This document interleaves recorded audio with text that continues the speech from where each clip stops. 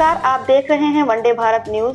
मैं हूं सरला बंसल। पूरी खबर देखने के लिए अंत तक हमारे साथ बने रहें। आइए रुक करते हैं खबर की। ये संस्था का मेन उद्देश्य है भारत देश में ओबीसी, एससी, एसटी और माइनॉरिटी के का शिक्षा का मेरे संगठन के सभी पदाधिकारी खड़े नजर आ रहे हैं, हमेशा काम कर रहे हैं। तो जैसे कि कहा जा रहा है, अभी इंटरनेशनल मीडिया में एक ग्राफ आया। नमस्कार, मैं हूं अजय शर्मा, आप देख रहे हैं वनडे भारत। इस वक्त मैं मौजूद हूं जौनपुर में। मेरे साथ आज हमारे खास मेहमान होंगे रामानंद बौद्ध। सर, स्वागत है आपके चैनल को, आपके चैनल के दर्शकों को बहुत बहुत साधुवाद है। सर, अभी वार्तालाप हुई, प्रेस कॉन्फ्रेंस हुआ। इस जो आपकी संस्था है 8 सालों से चली आ रही है, तो क्या उद्देश्य लोगों तक पहुंचाना चाहते हैं आप? देखिए, संस्था का मेन उद्देश्य है भारत देश में ओबीसी, एससी, एसटी और माइनॉरिटी का शिक्षा का विनाश लगातार होता जा रहा है। तो हम शिक्षा पर काम कर रहे हैं और उनके हर सुख दुख में एक साथ उनके कंधे से कंधा मिला करके मेरे संगठन के सभी पदाधिकारी खड़े नजर आ रहे हैं, हमेशा काम कर रहे हैं। सर, जैसे कि कहा जा रहा है, अभी इंटरनेशनल मीडिया में एक ग्राफ आया था। बताया जा रहा था कि सबसे ज़्यादा जो शोषण हुआ है, ये इंटरनेशनल मीडिया में अभी एक ग्राफ बन के आया, जिसमें बताया जा रहा था कि जो नीच लोग हैं, दलित समाज के लोग हैं, सबसे ज़्यादा शोषण हुआ है उनका।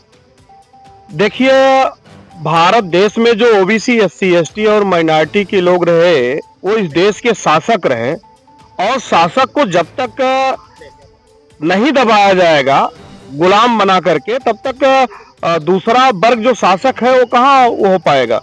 आज जो शोषणकारी ताकतें हैं, मनवादी ताकतें जो हैं, लगातार अंबेडकरवादी जो हैं उनका शोषण कर रहे हैं। इसलिए मोक्ष कल्याण संस्थान उत्तर प्रदेश लगातार अंबेडकरवाद को इस देश में प्रसारित कर रहा है और इस भारत देश की जनता ही नहीं, इस भारत देश को भी जब तक ये बुद्धवाद को स्थापित नहीं करेगा, तब तक अपने आप पूरी दुनिया में किसी भी कोने उसका गिनती नहीं होगी। जब तक बुद्धवाद स्थापित नहीं होगा तब तक नहीं होगी। बुद्धवाद स्थापित हो जाएगा, यह देश ऑटोमेटिक विकास की राह पर चल देगा। अपने आप समाज के साथ कैसे आप लोग खड़े होंगे, कैसे न्याय दिलवाएंगे? देखिए, न्याय दिलाने के लिए डॉक्टर बी.आर. अम्बेडकर साहब ने एक भारतीय संविधान दिया है और भारतीय संविधान के तहत हमें अधिकार है, जहां भी हमारे पीड़ित प्रताड़ित लोग हैं, जो शोषित लोग हैं, उनके साथ अत्याचार होता है, चूंकि उनकी क्षमता नहीं है कि अपनी बात जाकर के प्रशासन के सामने कह दे, क्योंकि इतना डरावना हो गया है। आप बताइए, 13 अप्रैल की घटना प्रयागराज में है, बोझ न बांधने की वजह से उसे जिंदा जला दिया जा रहा है, तो कोई अपनी बात जाकर के शासन प्रशासन में कैसे कह पाएगा। ऐसे स्थिति में हमारा मोक्ष कल्याण संस्थान उसके साथ उनकी आवाज बन करके खड़ा है। किसी की औकात नहीं है कि शोषण कर ले, अगर हम लोगों के संज्ञान में है तो उसकी निश्चित रूप से हम लोग पूरी मदद करते हैं। किसी की इतनी ज्यादा क्षमता नहीं, भारत का संविधान जिंदा है। 8 सालों से आपका संस्थान काम करते चला आ रहा है। 8 सालों से आप कैसे लोगों को न्याय दिलवाए हैं, कितने लोगों को न्याय दिलवा दिए? आप पता कर लीजिए, हमारे मोक्ष कल्याण संस्थान के पेज पर जाकर के या उनके जो भी आईडी उस पर जाकर के देख लीजिए। बहुत सारे मामलों को हम लोगों ने धरना प्रदर्शन करके, देखिए, किसी को न्याय न मिले तो एक्शन में आना पड़ता है।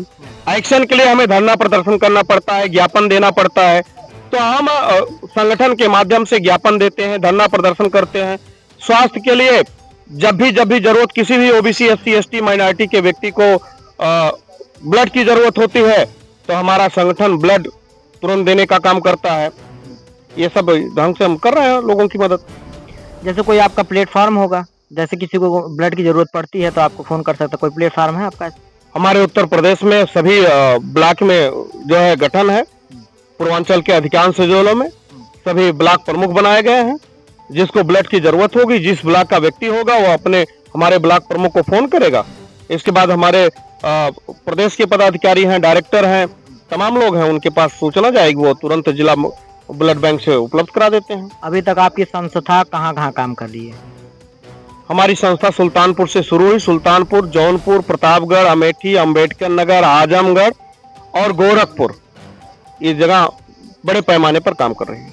आप अपनी संस्था को कहाँ तक पहुँचाना चाहते हैं, कैसे लोगों तक उतरेंगे? देखिए, मैं अपनी संस्था को पूरे भारत देश में हर जन जन तक पहुंचाना चाहता हूं और बाबा साहब बुद्ध की विचारधारा को इस धरातल के हर व्यक्ति को पहुंचाना चाहता हूं, ताकि उसका वो जो है विकास हो सके। और फिर आपसे मैं दोबारा कह रहा हूं कि बगैर अंबेडकर बात को स्थापित किए, बुद्ध बात को स्थापित किए, कोई भी व्यक्ति या कोई भी देश आगे नहीं जा सकता। जैसे अभी हमारे डायरेक्टर साहब बार बार कहते हैं हमारा समाज पाखंडवाद मनवाद में जकड़ा हुआ है, तो मैं आप देख सकते हैं आज भारत देश के बाहर तमाम लोग जहाज बना रहे हैं, वैज्ञानिक पैदा कर रहे हैं, तमाम उपकरण बना रहे हैं। भारत देश में ये जो है मंदिर खोज रहे हैं, देवी देवता खोज रहे हैं, पत्थर खोज रहे हैं, मूर्ति खोज रहे हैं। जहां विज्ञान की बात होनी चाहिए वहां ये खोज रहे हैं, तो कैसे विकास होगा?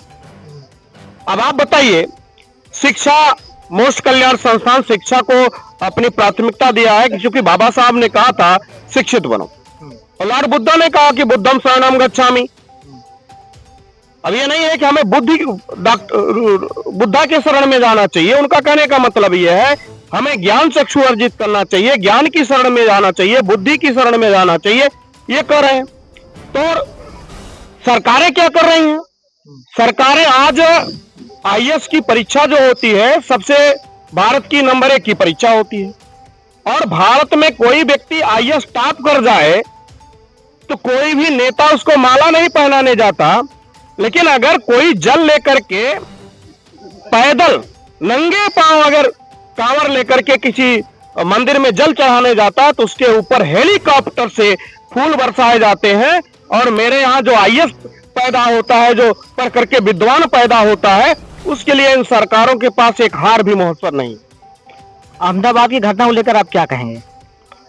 देखिए, अहमदाबाद की घटना को आज की डेट में मैं कुछ नहीं कहना चाहता, क्योंकि पूर्ण रूप से मेरा संगठन 22 जून के प्रांतीय सम्मेलन जो रामाधार यादव इंटर कॉलेज में हो खुटान रसूलपुर खुटान होने जा रहा है, उसकी पूर्ण रूप से हम तैयारी कर रहे हैं।